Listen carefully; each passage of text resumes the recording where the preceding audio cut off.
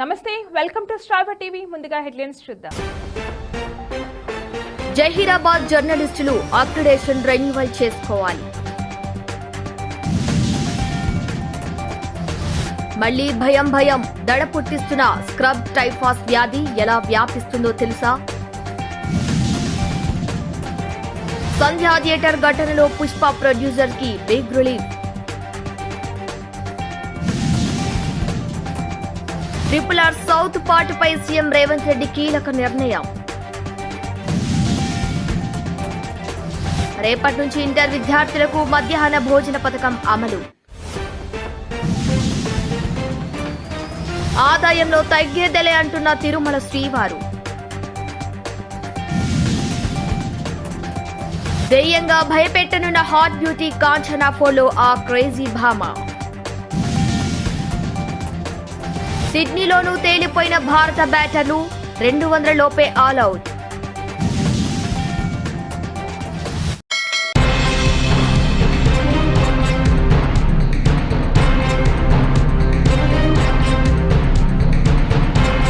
జర్నలిస్టులు తమ అక్రిడేషన్ కార్డును జనవరి 1 నుంచి రెన్యువల్ చేసుకోవాలని కలెక్టర్ వల్లూరు క్రాంతి ఓ ప్రకటనలో తెలిపారు.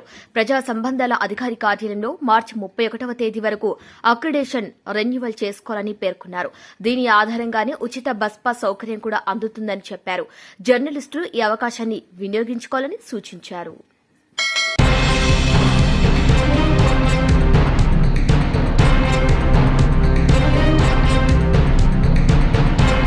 కోవిడ్ తర్వాత ప్రపంచంలో ఏదో మూల ఏదో తెలియని అలికిడి. నిత్యం భయంగా గడపాల్సి వస్తోంది. కొత్త వైరస్లు పుట్టుకొస్తున్నాయి. జనాలు పిట్టల్లా రాలిపోతున్నారు. తాజాగా తమిళనాడులో మరో కొత్త మహమ్మారి పుట్టుకొచ్చింది. స్క్రబ్ టైఫాస్ కేసులు తమిళనాడులో నానాటికి పెరిగిపోతున్నాయి. చెన్నై, కాంచీపురం, తిరుపత్తూరు, తిరువళ్లూరు, చెంగల్పట్టు, రాణిపేట్, వెల్లూరు జిల్లాలో అధికంగా కేసులు నమోదవుతున్నాయి. వ్యాధి వ్యాప్తి నియంత్రించేందుకు అవసరమైన చర్యలు తీసుకోవాలని ప్రజారోగ్య శాఖ ఆయా జిల్లా అధికారులకు సూచనలు జారీ చేసింది. టైఫస్ అనేది ఓరియాంటియా సుత్సుగముషి జాతికి చెందిన బ్యాక్టీరియా ఇన్ఫెక్షన్. స్క్రబ్ టైఫాస్ కీటకాల కాటు ద్వారా వ్యాపిస్తోంది. వీటిని చిగ్గర్స్ అని పిలుస్తారు. ఈ కీటకాలు సాధారణంగా పొదలు, అటవీ ప్రాంతాల్లో కనిపిస్తాయి. ఈ వ్యాధి పిల్లలు, పెద్దలు ఎవరికైనా రావచ్చు. స్క్రబ్ టైఫాస్ సోకిన వారిలో జ్వరం, తలనొప్పి, అలసట, ఒంటిపై దద్దుర్లు వంటి లక్షణాలు కనిపిస్తాయి. వ్యాధి తీవ్రమైతే స్క్రబ్ టైఫాస్ న్యూమోనైటిస్, మోనింజైటిస్, గుండె వైఫల్యం వంటి సమస్యలకు దారితీస్తుంది. కొన్ని సందర్భాల్లో అవయవ వైఫల్యానికి కూడా కారణమవుతుంది.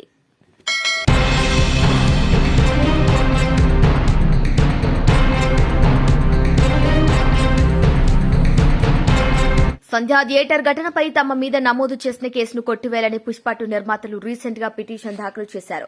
థియేటర్ భద్రత తమ పరిధి కాదని పిటిషనర్ తరపు న్యాయవాది వాదనను వినిపించారు. తమ బాధ్యతగా ముందే పోలీసులకు సమాచారం ఇచ్చామన్నారు. ఇలా ఇన్ఫర్మేషన్ ఇచ్చాం కాబట్టి అంతమంది పోలీసులు అక్కడ ఉన్నారని ప్రొడ్యూసర్ తరపు న్యాయవాది కోర్టుకు తెలిపారు. జరిగిన ఘటనకు సినిమా ప్రొడ్యూసర్ను నిందితులుగా చేరిస్తే ఎలా అని పిటిషనర్లు తరపు న్యాయవాది వాదించారు. ఇక దీంతో సినిమా ప్రొడ్యూసర్లను అరెస్టు చేయవద్దని హైకోర్టు మధ్యంతర ఉత్తర్వులు ఇచ్చింది. అంతేకాదు దీనిపై కౌంటర్ దాఖలు చేయాలని పోలీసులను ఆదేశించింది. తదుపరి విచారణను 2 వారాలకు వాయిదా వేసింది హైకోర్టు. దీంతో పుష్ప 2 ప్రొడ్యూసర్స్ కు హైకోర్టులో ఊరట లభించినట్లయింది.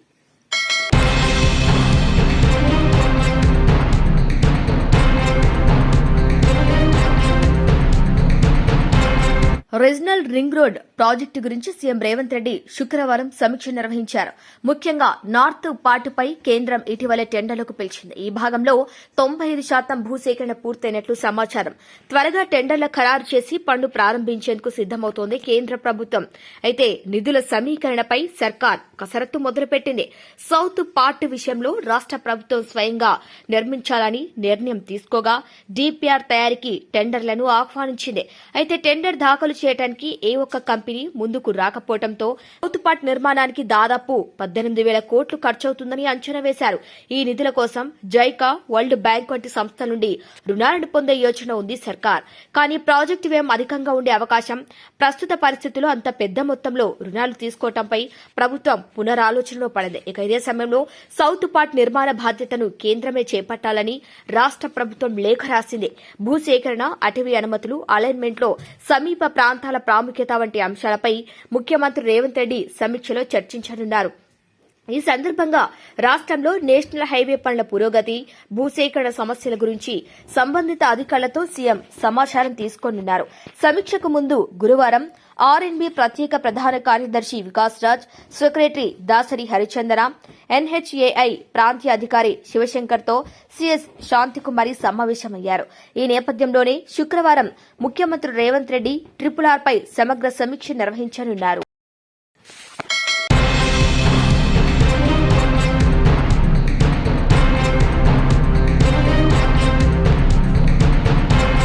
రాష్ట్రంలో ఇంటర్మీడియట్ విద్యార్థులకు కూటమి సర్కార్ గుడ్ న్యూస్ చెప్పింది.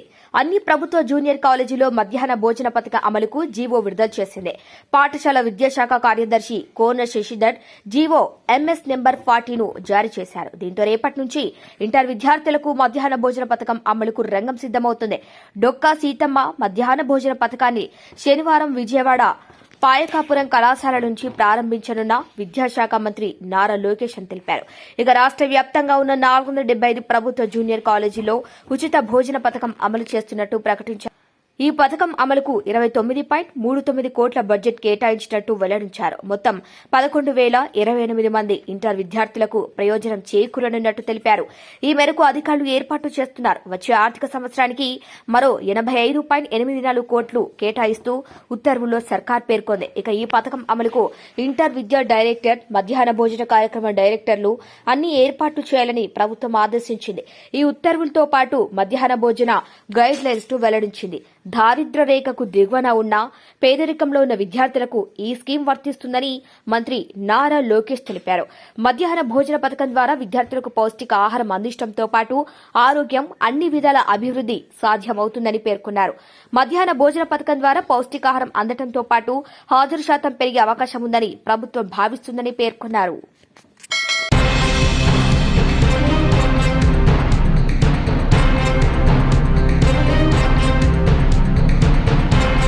నూతన సంవత్సర నేపథ్యంలో గత ఏడాది తిరుమల శ్రీవారి హుండీ లెక్కలు టీటీడీ వెల్లడించింది. 2024లో హుండీ ద్వారా వెంకన్నకు 1,365 కోట్ల ఆదాయం వచ్చినట్లు తెలిపింది. ఇక ఈ లెక్కన సగటున ఒక్కో నెల హుండీ ఆదాయం 113.75 కోట్లు టీటీడీ ఖాతాకు జమవుతోంది. ఇక సగటున ఒకరోజు హుండీ ఆదాయం 3.78 కోట్లుగా రికార్డులోకి ఎక్కుతోంది. గత ఏడాదిలో జులై, ఆగస్టులో అత్యధికంగా 120 కోట్ల హుండీ ఆదాయం లభించింది. భక్తులు సామాజిక, ఆర్థిక స్థితిగతులతో సంబంధం లేకుండా కానుక ప్రియుడైన శ్రీ వెంకటేశ్వరునికి వ్యవసాయ ఉత్పత్తులు, బెల్లం, నవధాన్యాలు, పశువులు, బంగారం, వాహనాలు, విలువైన రాళ్లు, విదేశీ కరెన్సీ, భూమితో సహా వివిధ కానుకలను సమర్పిస్తూ ఉంటారు.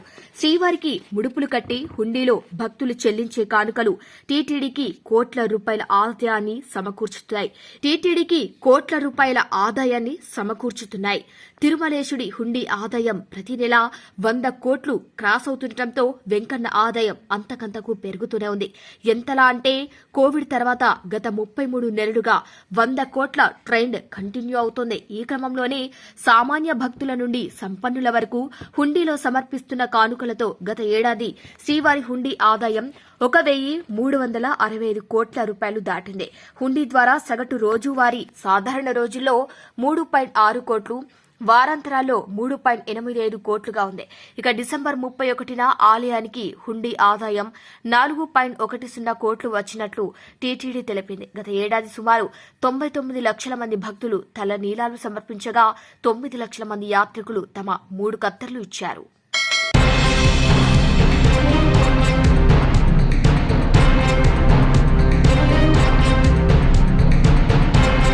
రాఘవ లారెన్స్ హర్రర్ సినిమాలకు పెట్టింది పేరు. నటుడిగా, కొరియోగ్రాఫర్ గా, దర్శకుడిగా మల్టీ టాలెంట్ తో దూసుకుపోతున్నాడు లారెన్స్. ఈ మధ్య లారెన్స్ సినిమాలకు చిన్న గ్యాప్ ఇచ్చారు. చివరికి చంద్రముఖి 2లో నటించారు లారెన్స్. ఇక ఇప్పుడు మరోసారి హర్రర్ సినిమాతో ప్రేక్షకులను భయపెట్టనున్నాడు. ఇప్పటికే కాంచనా సిరీస్ లో 3 సినిమాలు వచ్చిన విషయం తెలిసిందే. ఇక ఇప్పుడు కాంచనా 4తో బిజీగా ఉన్నాడు. ఈ సినిమా షూటింగ్ త్వరలోనే ప్రారంభం కానుంది. ఈ క్రమంలో ఈ సినిమాకు సంబంధించిన ఓ క్రేజీ న్యూస్ సోషల్ మీడియాలో వైరల్ గా మారింది. కాంచనా 4 సినిమాలో ఓ స్టార్ హీరోయిన్ నటిస్తుందని తెలుస్తోంది. అది కూడా దెయ్యం పాత్ర. ఇంతకు ఆ హీరోయిన్ ఎవరో తెలుసా? లారెన్స్ తెలుగులో మాస్, స్టైల్, ముని, డాన్, ముని 2, కాంచనా, రెబెల్, ముని 3, గంగ సినిమాలతో మెప్పించాడు.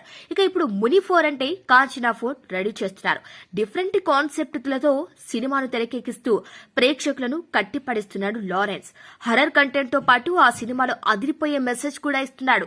దాంతో ఇప్పుడు కాంచనా 4 ఎలా ఉండబోతుందన్నది ప్రేక్షకులు ఈగర్ గా ఎదురు చూస్తున్నారు. ఇదిలా ఉంటే ఇప్పుడు కాంచనా 4 లో ఓ స్టార్ హీరోయిన్ నటిస్తుందని తెలుస్తోంది. ఆమె మరెవరో కాదు, crazy beauty Pooja Hegde.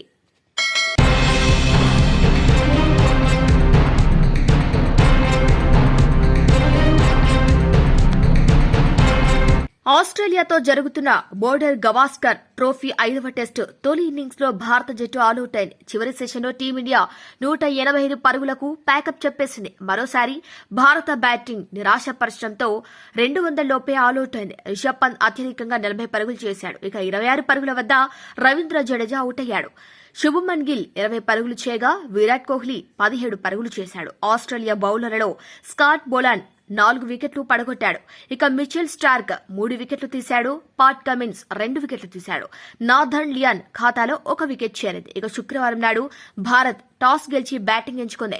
Sydney cricket ground లో రోహిత్ శర్మ స్థానంలో జస్ప్రీత్ బూమ్రా టీమిండియాకు కెప్టెన్ గా వ్యవహరిస్తున్నాడు. రోహిత్ శర్మకు విశ్రాంతి ఇచ్చారు. అయితే గాయం కారణంగా ఆకాష్ దీప్ ఈ మ్యాచ్ ఆడటం లేదు. శుభ్మన్ గిల్ తిరిగి రాగా ప్రసిద్ధ్ కృష్ణకు ఈ అవకాశం లభించింది.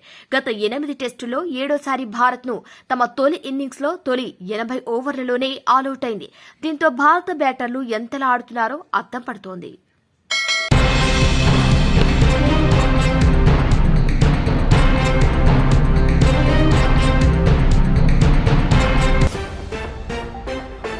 జహీరాబాద్ జర్నలిస్టులు అక్రిడేషన్ రెన్యువల్ చేసుకోవాలి.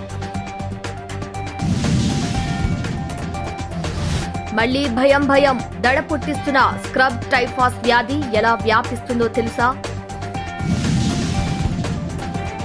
సంధ్యా థియేటర్ ఘటనలో పుష్ప ప్రొడ్యూసర్ కి బిగ్ రిలీఫ్. RRR సౌత్ పార్టీపై సీఎం రేవంత్ రెడ్డి కీలక నిర్ణయం. రేపటి నుంచి ఇంటర్ విద్యార్థులకు మధ్యాహ్న భోజన పథకం అమలు. ఆదాయంలో తగ్గేదలే అంటున్న తిరుమల శ్రీవారు. దెయ్యంగా భయపెట్టనున్న హాట్ బ్యూటీ కాంచనా 4లో ఆ క్రేజీ భామ. సిడ్నీలోనూ తేలిపోయిన భారత బ్యాటర్లు 200 లోపే ఆల్అవుట్. ఇవి వాళ్ళ bulletin updates. Keep watching star TV.